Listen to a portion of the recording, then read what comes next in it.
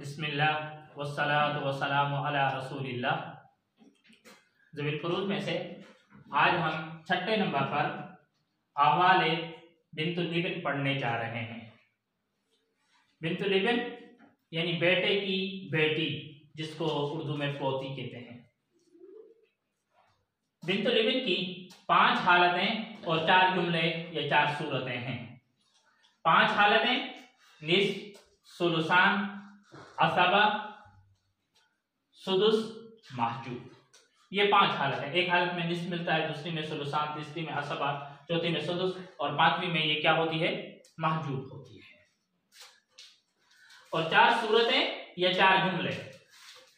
یہاں پر جو میت ہے، پوتی کے لیے میت کون ہوگی؟ پوتی کے لیے میت دادا ہوگا۔ پوتی کے لیے میت کون ہوگی؟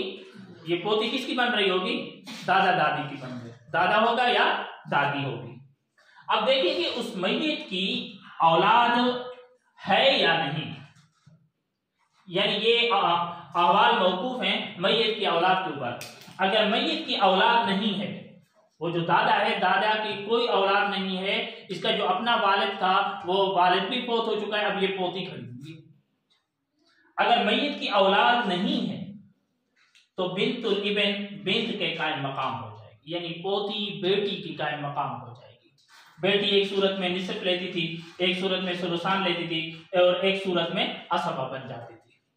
یعنی جب بیٹی صرف ایک ہوتی تھی، ساتھ میں بیٹا نہیں ہوتا تھا تو اس کو نصف ملا کرتا تھا، اور اگر یہ صرف 2 بیٹیاں یا 2 سے زیادہ ہوتی تھی تو ثلثان میں برابر کی شریک ہوتی تھی۔ اگر ان کے ساتھ کوئی بیٹا بھی مل جاتا تھا تو یہ عصبہ بن جاتے تھے، فَلِلذَّكَرِ مِثْلُ حَظِّ الْأُنثَيَيْنِ کے قاعدے کے تحت۔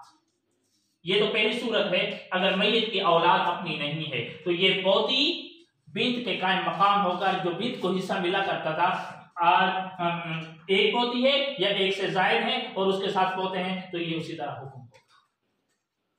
اگر میت کی اولاد ہے، پہلی صورت تو یہ تھی کہ میت کی اپنی اولاد نہیں ہے، یعنی دادا یا دادی کی اپنی اولاد نہیں ہے۔ دوسری صورت یہ ہے کہ اگر میت کی اولاد ہے تو پھر 3 صورتیں ہیں۔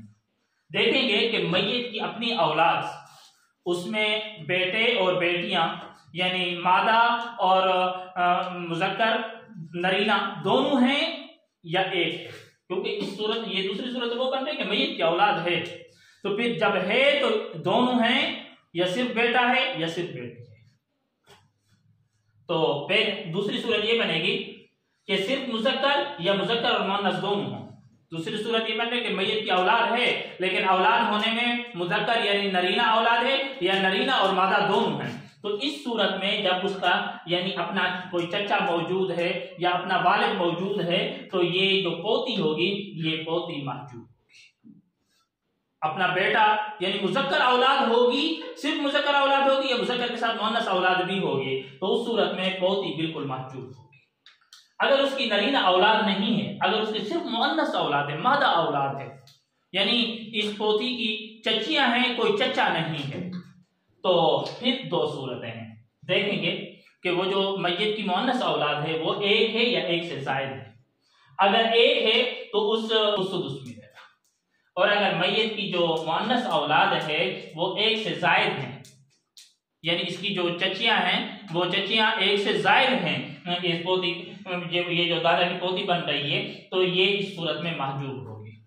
ہاں، مگر متحادی ابن الابن یا اصغر ابن الابن کے ساتھ یہ عصبہ ہو بن جائے گی، یعنی یہ پوتی ہے اور کوئی اور ساتھ میں آ کر اس کے برابر میں وہ بھی کوئی پوتا کھڑا ہے تو یہ اس کے ساتھ مل کر عصبہ بن جائے گی، یا یہ دوسرے نمبر پر مثلا پوتی کھڑی ہے اور ساتھ میں پوتا پڑپوتا کوئی کھڑا ہوا ہے تو پڑپوتے کے ساتھ بھی یہ پوتی عصبہ۔ تبارك الذي نزل الفرقان على عبده ليكون للعالمين نذيرا۔